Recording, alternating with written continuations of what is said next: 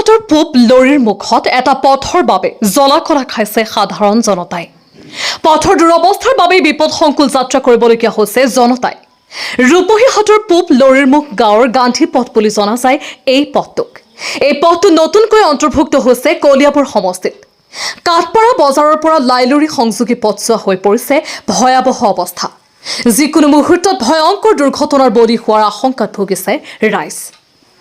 চৰকাৰৰ পথটো অতি শীঘ্ৰে মেৰামতিৰ বাবে দাবী জনাই সচেতন ৰাইজে। হয়, আমাৰ যিখন আপোনাৰ ৰাস্তা, এইখন ৰাস্তা চামাগুৰি সমষ্টিৰ আগৰ চামাগুৰি আছিলে, বৰ্তমান কলিয়াবৰ সমষ্টিৰ নতুনকৈ অন্তৰ্ভুক্ত হৈছে।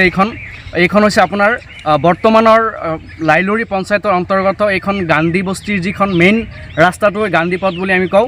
এইখন ৰাস্তা আজি দীৰ্ঘদিন ধৰি জনতা সাধাৰণ ৰাইজক আপোনাৰ বহুতো সমস্যাত ভোগাই আছে। ইতিমধ্যে আপুনি প্ৰত্যক্ষ কৰিছে যে এটা প্ৰচণ্ড এখন গাঁতৰ সৃষ্টি হৈছে। সেইটো ইতিমধ্যে আমি তাৰ ভিতৰত কিবা কিবি দি কলগছ এটা সোমাই দিছোঁ, যাতে আপোনাৰ পাব্লিকে যাতে ইয়াত আহি যাতে দুৰ্ঘটনাৰ সন্মুখীন নহয়, তাৰ কাৰণে আমি তেনেকুৱা চেষ্টা কৰিছোঁ।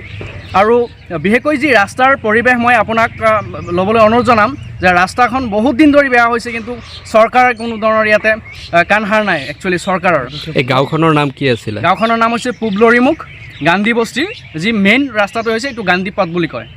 যিহেতু দেখা গৈছে যে যি এটা প্ৰকাণ্ড গাঁত হৈছে, হয়তো যিকোনো সময়ত দুৰ্ঘটনা সংঘটিত হোৱাৰ সম্ভাৱনা আছে। কি ক'ব এই সন্দৰ্ভত? কি আহ্বান জনাব চৰকাৰ তথা প্ৰশাসনক? চৰকাৰ তথা প্ৰশাসনক এইটোৱেই অনুৰোধ জনাম যাতে অতি শীঘ্ৰে এইখন ৰাস্তাৰ ওপৰত চৰকাৰে চকু দিয়ে। নহ'লে হয়তো বা ইয়াত কাৰ কি হয় এইটো কিন্তু আমি ডাইৰেক্টলি ক'ব নোৱাৰোঁ।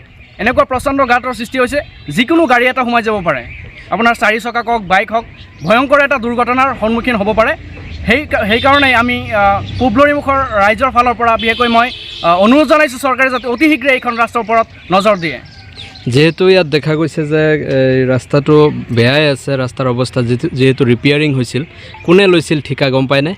আজি এইখন ৰাস্তা 10 বছৰ আগতে মেৰামতি কৰা হৈছিলে, সেইখন আমি গম পোৱা নাই। কিন্তু 10 বছৰ, এটা ৰাস্তা 5-6 বছৰমান থাকে আপোনাৰ, কিন্তু আজি 10-12 বছৰ হৈ গৈছে ৰাস্তাটো হৈছে, কিন্তু এতিয়াতো চৰকাৰে কোনো কাণসাৰ দিয়া নাই মানে।